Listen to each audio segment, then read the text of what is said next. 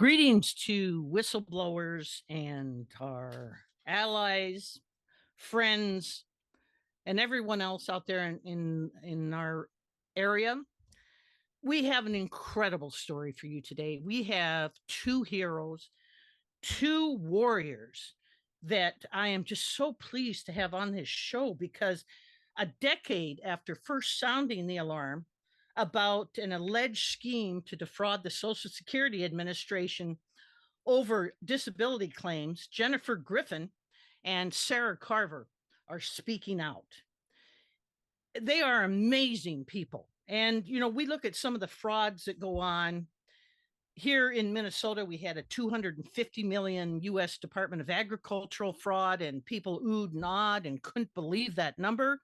And yet, here these two gals, Social Security employees, blew the whistle on $500 million fraud. I'm going to say that again, a $500 million fraud. Jennifer Griffith and Sarah Carver, they are whistleblowers who know how hard it is to be a whistleblower because they have spent a decade of their lives fighting to bring this huge fraud to light. This fight should not have been so hard. It should not have been so long. And today we're going to talk about the whistleblower's journey. Jennifer and Sarah, welcome. Welcome to Whistleblower of the Week. I'm so excited to have you on to talk about this massive fraud. And let's start talking about this big television show called The Big Conn, Conn, on Apple TV, in which you two are front and center. You are stars. I mean, you are stars. And of course, it concerns Eric Conn, Conn. He lived up to his name, who was a Eastern Kentucky, one of the poorest places in the United States. He was an attorney, one of those people you feel you can go to with problems. They called him Mr. Social Security. He was a Social Security lawyer, but what you two turned up, you two whistleblowers, was bad lawyers, bad judges, and bad doctors. Welcome to the show, and I'm so glad to have you on. Tell us how you started with the Social Security Administration down there in Eastern Kentucky. Thank you for having us. Yes. Sarah and I both worked for a law firm in Greenock, Kentucky, and as paralegals, and we hadn't worked together all that long when these jobs came open. Sarah had been actively looking for this job and actively waiting for those to post, and I really didn't have any idea that this job existed. I only found out about it from her, and I only applied for it because of her. And it was a job that we knew because we were current paralegals, and in a law firm, once a paralegal, always a paralegal. But right. We thought, in the Social Security Administration, you have nowhere to go but up. You can start at the bottom and you can just work your way up, and the benefits and the pay was double of what we were getting because we were working in a small town in Kentucky, literally with a main street. And this is a very poor area, isn't it? And there's not a lot of jobs, and it's very difficult, I think, for a lot of people down in that area. It's Appalachia, right? Right. Yeah, it's very coal mining towns. A lot of people on public assistance. High unemployment. It's very hard work based. There are a lot of coal mine jobs. There are a lot of hard work jobs, but what you would make as a paralegal here is a fraction of what you would make as a paralegal somewhere else. So, not the same. It's not the same kind of environment. And so into this environment and into the system came this lawyer, Eric Conn, Conn, who established the base there. And in fact, they called him Mr. Social Security, did they not? He came in. How many years was he working that area? Was he from there? He was from, what you have to remember is he's about hour and a half from us physically. Still Appalachia, but still like an hour and a half from us. I think he started practicing in 1997. Sarah and I were paralegals then, but he didn't pick up Social Security until a few years later. But by the time 2001 rolled around, he was actively working in Social Security. And that's about the time that we joined Social Security. Yeah. It was 2001. So his name became very apparent to us on, within the first month of being employed there. When we both noticed a lot of Eric Conn cases. Yeah. So you noticed right away he seemed to catch the lion's share of these disability benefit cases. Is that correct? That's correct. And we were getting a lot of, I think the reason it became the most noticeable is because he was just inundating us with medical records. So one of the things that we each had to do at our jobs at that time was to review those medical records. And schedule hearings. And so we were just getting an enormous quantity of medical records. And that typically doesn't happen at that volume. Like usually attorneys do it in gradual phases, and he was just waiting till he had a hearing scheduled and then just piling the work on. So now, can I ask you gals, people outside that area, I think a lot of them know that to get this benefit, it takes a long time. People are in the system trying to seek disability benefits, and it takes them years. Isn't that correct? There's hearings and medical records and more hearings and judges, and it's a long process, to my understanding. Right? There's actually, you file for an initial application at your district office of where you live. That's usually denied. Then you go to your reconsideration. That's a different stage. That's usually denied about 80%. And then you request a hearing before an administrative law judge. And that's the point where we were involved with the case. And usually outside of this area, how long does it take for somebody? Is it 10 years, 8 years, 6 years? Do you have an idea? From the beginning of the process, depending on, where you land when you get granted or denied, but quite honestly, more cases are denied than approved. Right. That's what I've heard. Yes. So at least for us at that time, it took you around 18 months. That was from the time it got to our office. So you were still from the start to it got to us. Yeah.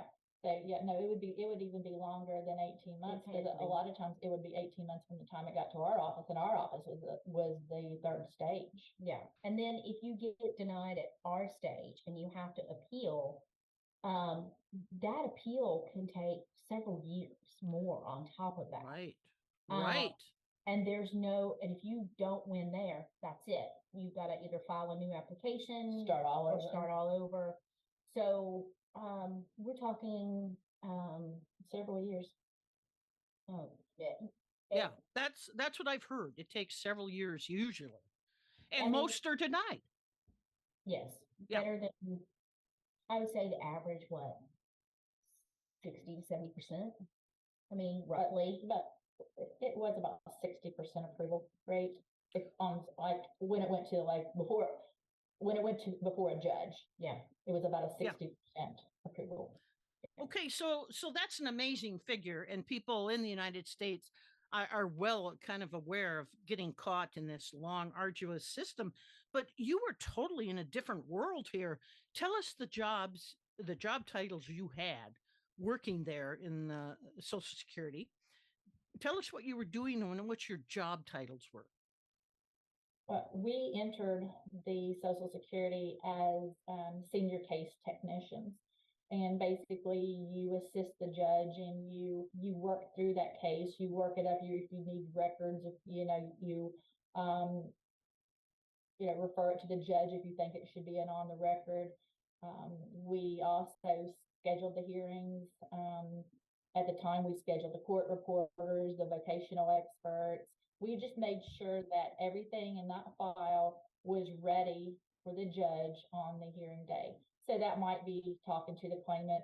It's a lot of talking to the representatives, a lot of, paperwork, a lot of reviewing medicals, organizing them, making sure they were all exhibitized, that type of thing. Jennifer was doing that up to a point, then she switched over to what's called a master docket clerk. And my job was essentially to take cases that were being transmitted to us and input them into our processing system and make sure that they hadn't had any other applications, or if they had like a workers' comp or anything that went along with that, send them correspondence letting them know we got the file, and then reviewing it to see if it met the criteria for a immediate decision on the record. If not, that file would then go into our docket, and until that file got assigned to someone like Sarah to prep for the hearing, I would be responsible for updating that file throughout that process. So the process was first come in, first go out. Yeah. That's the key thing, is you had to wait in your little station area in our docket system until it was time for your case.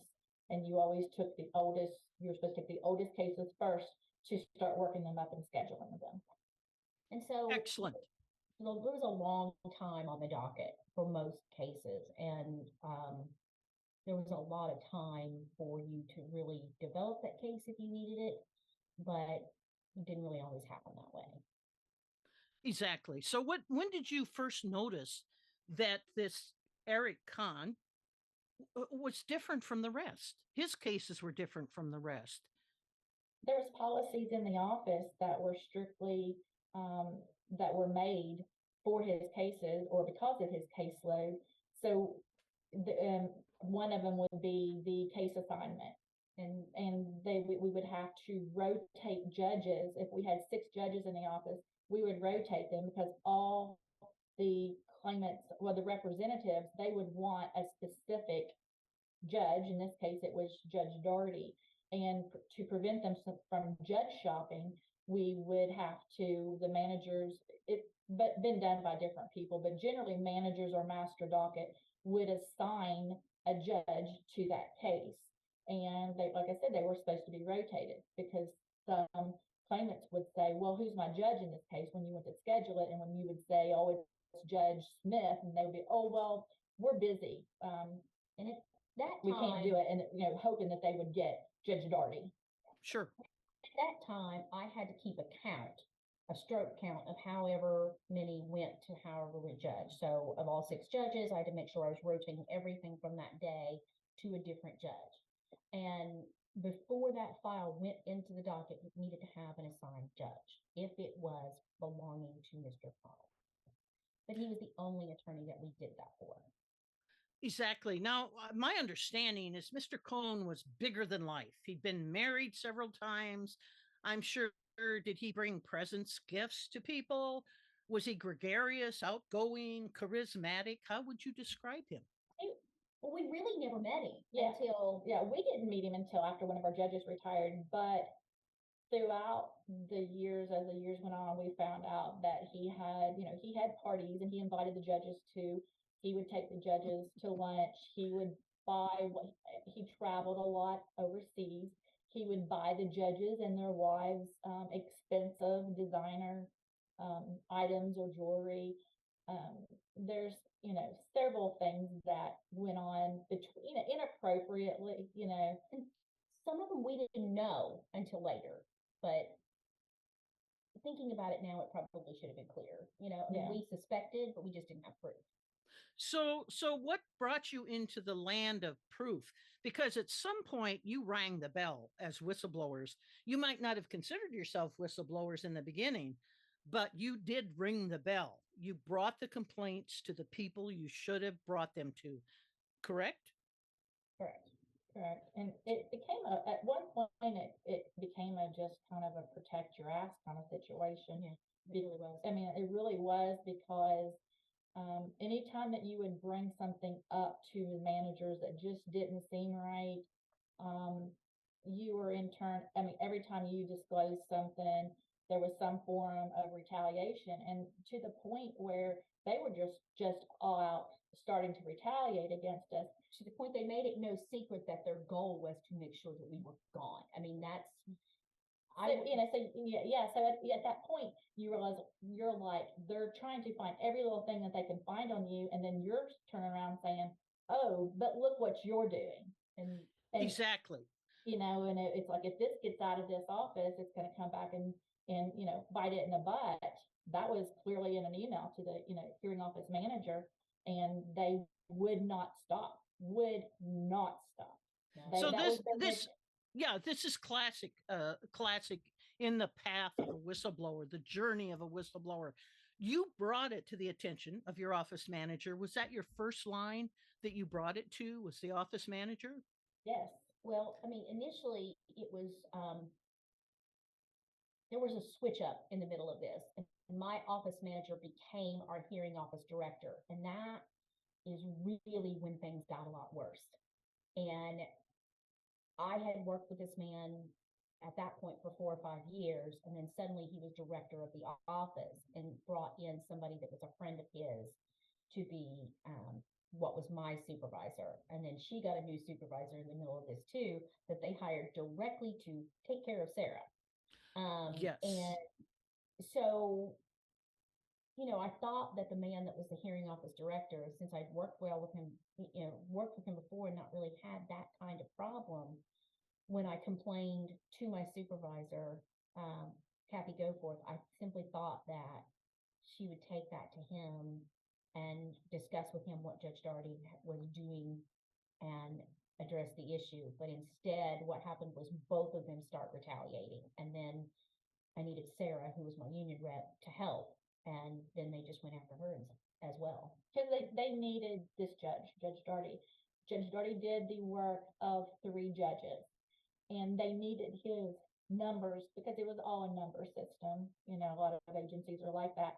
And the hearing office director she's talking about, Greg, was a numbers person. So very productivity based. So every meeting you went, we need to put out 600 cases this week. We're at 435.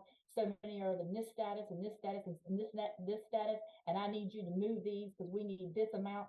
And we were always number 1, 2, or 3 in the nation. Now we're just a small area. Right. We're and so the whole nation. Let me ask you this, Jennifer and Sarah, wouldn't you think that would set off some bells in Washington? I mean, you had gone to your senior staff and said, this is what's going on. And you assumed that would maybe go up the chain of command.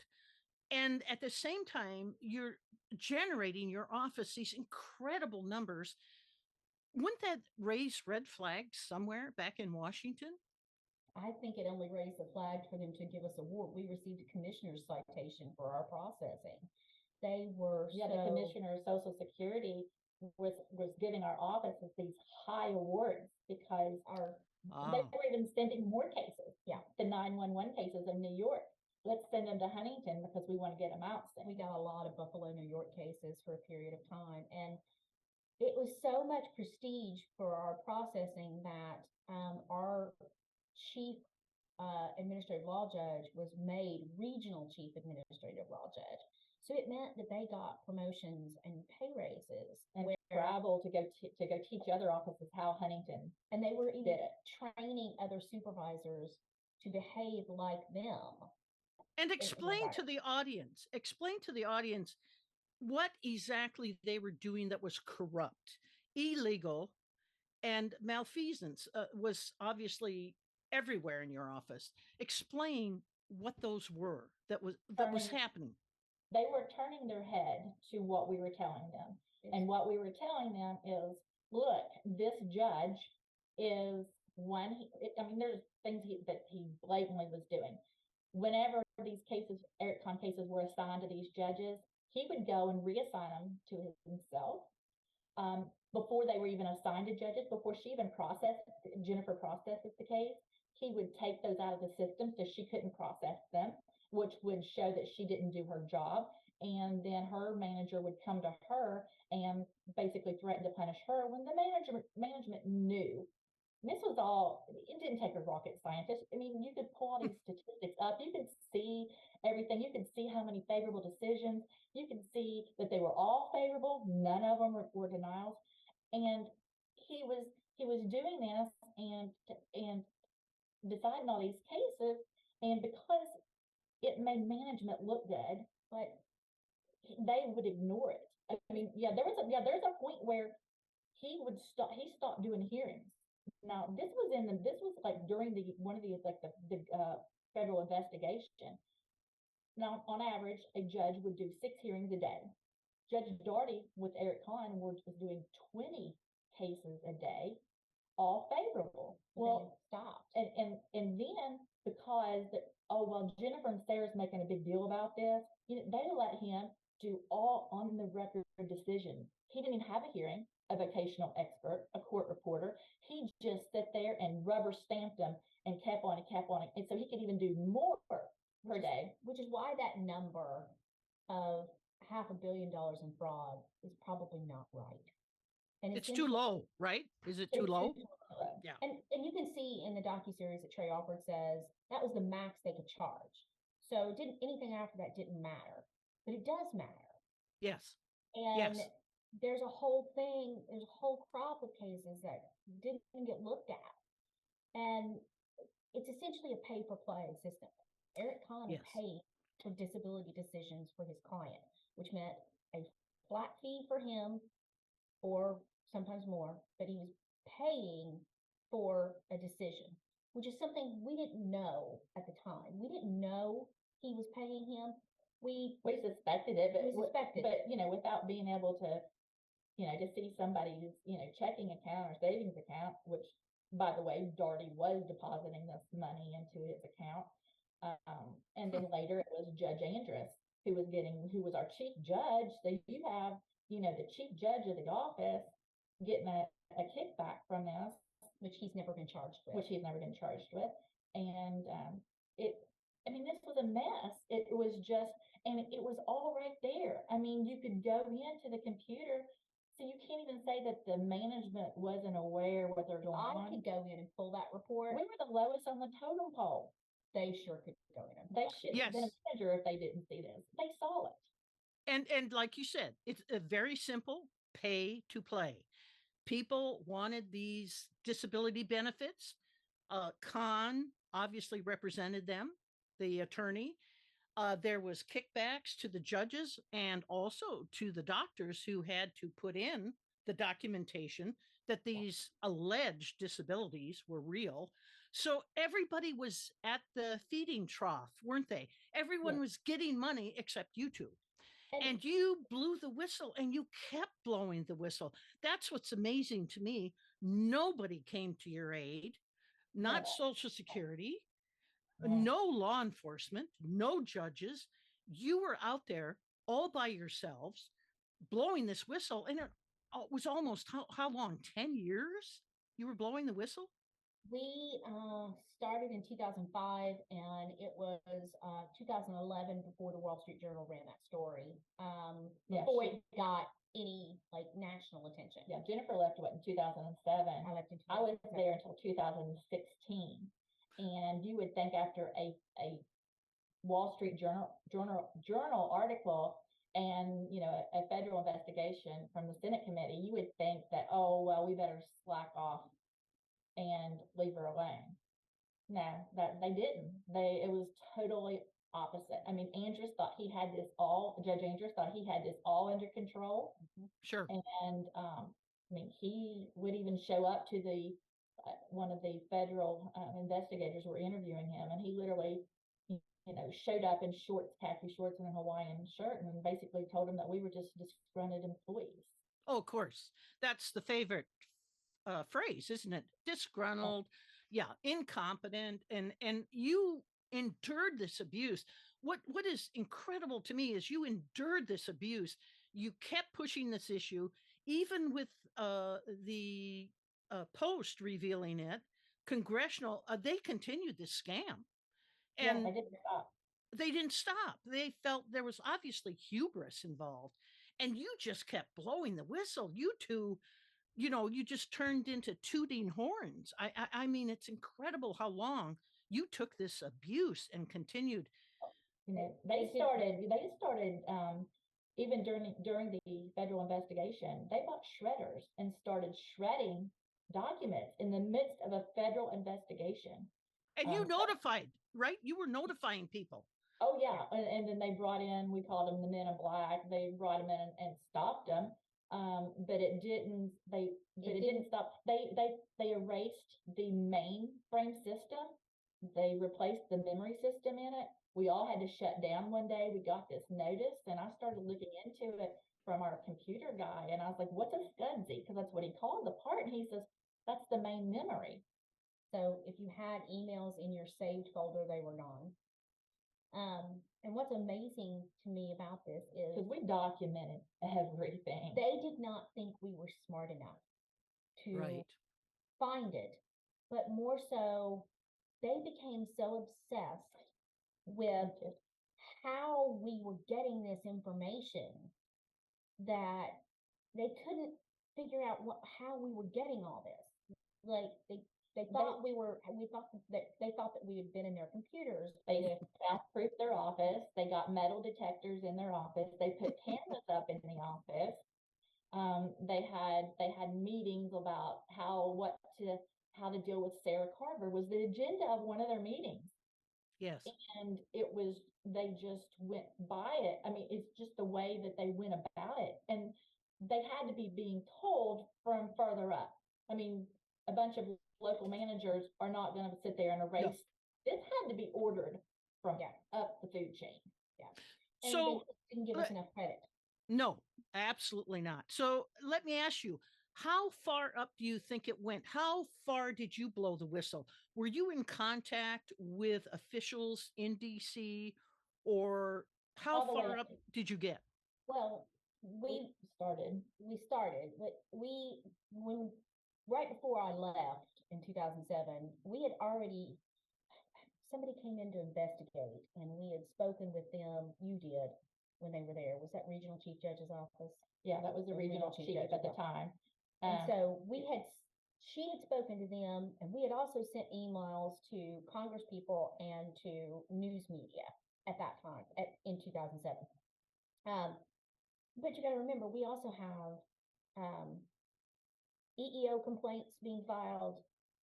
We have grievances that have been filed that have been appealed up the chain. So the union was aware of it. The regional chief judges were aware of it. I mean, all of our infrastructure was aware. CCing the Commissioner of Social Security, and at one point the President of the United States. Yeah. You guys went all the way up.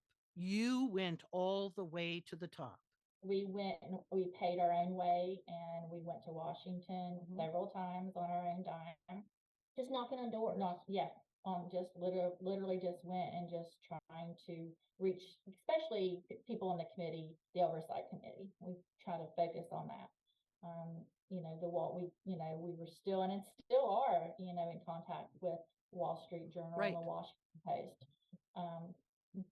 But like I said, even the Wall Street Journal didn't face Social Security because their response to Congress is, we'll get back with you. Yeah, we'll get back with you. They're never held accountable. No Social Security official has ever been made to answer for anything that happened in Huntington, West Virginia. None. Lack of accountability. That seems to be across the federal sphere, oversight and accountability. I saw it with the FBI when I blew the whistle there. And it just seems to be pervasive in the federal bureaucracy. But I just have to point out how much stamina and time and energy and money you had to bring to the table in order to get people to realize that this massive scam was going on. $500 million they can prove. And somebody stated that this scam in the disability benefit system, quote, will be felt for generations, unquote. And you had to fight for this. I mean, this wasn't simply writing up a memo, submitting it, and the good guys came to your rescue. Tell us about your retaliation. Tell us what you personally went through over a series of years. Well, we've had tires slashed, brake lines slashed, private investigators following and videotaping us. I think we should clarify there. It is a private investigator that was hired to take care of us. And Oh, yeah, and so our lives, and even more particularly Sarah's, have been in danger that the agency knew about and didn't notify us about, or particularly she was still an employee at that time. I'd raised concern about my safety, and the regulations are written if there is some kind of investigation about retaliation that's to go on in your office, they're supposed to remove those managers. However, I was quarantined for about a year. I was put in an enclosed space. I wasn't allowed to participate in staff meetings, even though I was the union rep of the office. She wasn't allowed to talk to other staff. While I was in isolation, there was a camera set up outside of my door. And if any employee came down to check on me or to stop in and talk, a management official would come down and make them leave. I wasn't allowed to attend meetings, not even as a union rep, to oversee office issues. And then my union removed me as that title. I mean, I lost my union position after that. There was so many. I was under investigation for altering a time clock when the time clock kind of started slowing down. Of course, they thought that was me. mm-hmm. I was under investigation for um, if if I answered a phone call and it was union related, I had to go in and was supposed to request time and had to be pre-approved before I would get on. Well, they would not approve that time for 3 and 4 days, even a week after. They said, as long as we approve it timely, then that's what the contract says. So, and there, was this period of time where we were considered, according to our performance evaluations, productive employees. We received awards at least a couple times a year, every year.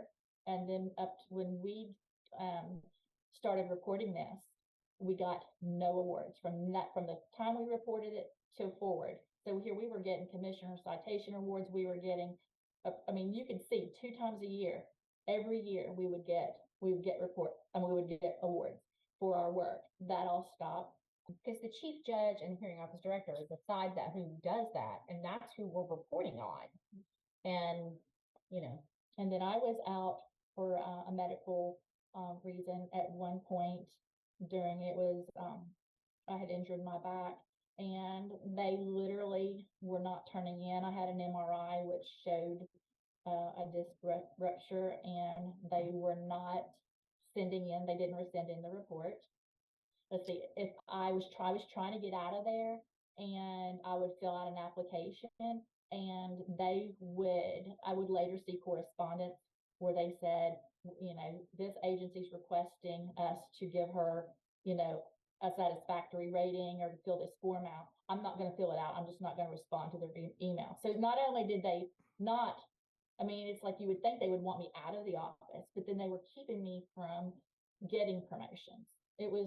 And they were having employees, like when we would get hired in, they were told not to associate with us. If they did, they would not. We got this on recording.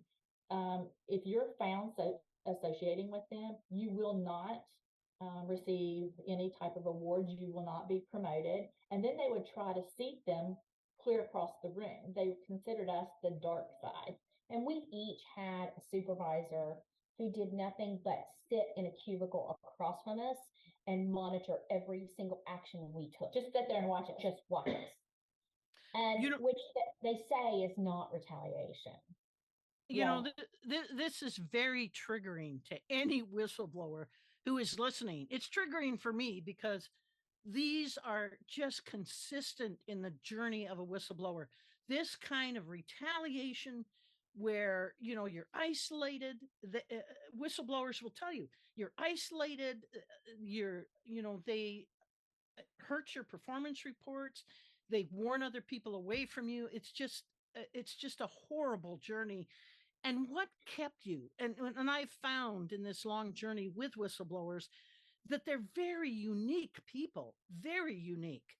So share with our audience that uniqueness that allowed you to hang in there with all this terrible retaliation, not only from Social Security and your bosses, but from the community, because you were pointed out as people who were hurting the community, keeping, trying to take away disability benefits from the community. What is it about you two that allowed you to hang in there, and through the loss of all your benefits and this terrible retaliation, what kept you going? I think it was a mission to, and we haven't stopped. I mean, we're still to this day trying to work on legislation to help improve whistleblower protections, but also to, improve the oversight over Social Security. It's it's taken over so much of our life. It's like we can't stop because we haven't won. We won nothing. And if we would at least get the acknowledgement from the Social Security agency, I think that thank you for finding this. We're going to make changes, to change our system and to keep this from happening. But all we're seeing is they've changed the way that employees can't see reports now. People can't see it. They've set examples out of us. Nobody in our office still to this day will even talk about it because the office, the community, because they see what they done to us and how they got away with it. I mean, I had a job interview to work in a law firm in which one of the attorney's sister still works in that office and who knows what we went through. And it was an interview that was strictly about the Big Conn. Like I didn't get a job interview. I got like A discussion of the Big Conn on no, Apple I TV. got interrogated. Yes. I got interrogated about why would they want to hire somebody like me? So Social Security didn't just make an example of us among other Social Security employees. They made an example of us to the point to where you'll never make that money again. And you'll never be respected in a legal community where people know you. And I was told that, I mean, I had to, when I left there, I had to agree that I would never apply for a Social Security position ever again.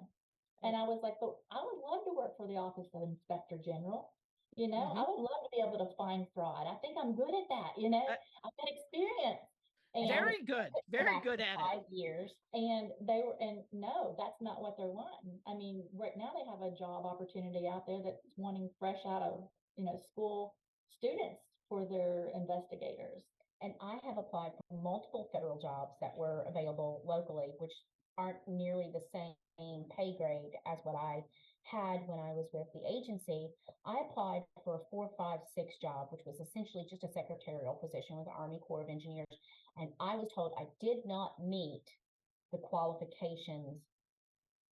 Even though she was an 8 when she left. Even though I was an 8 when I left, and I did submit my SF-50, and I did submit my resume, and I did submit my college transcript. I do not have enough education for a secretarial job that pays $40,000 more than I make now. And that's a question I want to ask you. What are you two doing right now? And you're right. You should be working for, the investigative arm of Social Security. You guys did an incredible job of unearthing this $500 million, probably $1 billion if they really looked into it, fraud. And it's just, welcome to the crazy world of whistleblowing. This is so typical. You're frozen out of your career for the rest of your life. But what are you two doing now? Well, it's kind of funny. We are in the process, and we have filed our papers to do so. We are opening up an office to represent Social Security claimants because we have that experience and that ability to help them through those roadblocks. Well, not just Social Security. VA could be we're working towards that process. So obviously, we're not going away. And I'm going to come back to that question. What internally Oh yeah. separates you from 99% of the human population. Tell Stubbornness. stubbornness. I really, really wanted to see accountability. And I don't know that I'll ever feel like, Because it's not going to be over. I mean, we started this for that reason. we lost everything. And we lost everything and still no accountability. And I think that's what we hold on to. That's like, it's in our soul. You know, even every Yes. time you're watching the news and you hear them bring up Social Security, which is so much, you know, so It's often, it's a topic today. often. And we want to say so badly, you know what, if you had better oversight of your programs, Maybe it wouldn't be going bankrupt. it wouldn't be going bankrupt. You know, you're letting them just rule themselves, and it's so frustrating. It's just like we always say about the OIG, SSA, OIG. It is SSA policing SSA. Yes. And you can see in the docuseries, they talk about it being a $163 billion budget item, okay, for Social Security. But there's no oversight of that. No. There's never been oversight of that. And they talk about it in the docuseries that it is essentially just a blank check to do whatever you want with. And if somebody would pay attention to how the disability program is being structured and managed, instead of concentrating on retaliating against the people who tell you that there's a problem, maybe you wouldn't have to borrow from one fund to shore up another.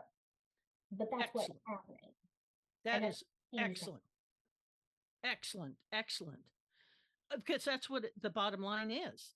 And I correct me if I'm wrong, but the Big Conn, which is on Apple TV, started because they were looking at Eric Conn.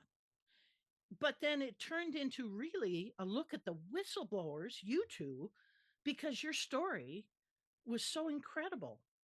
Your stubbornness, your integrity, I call it integrity, your bravery. It really kind of turned to expose a story about you two. And I would recommend everybody watch it. It's amazing, the docuseries. Yeah, and it's would be shocking how much didn't make it into the docuseries. There's just so much more than what even made it in. You know, there's so much more. But I know that all I know about that is that I had somehow gotten the hold of the story and Eric's manuscript or manifesto, as they describe it.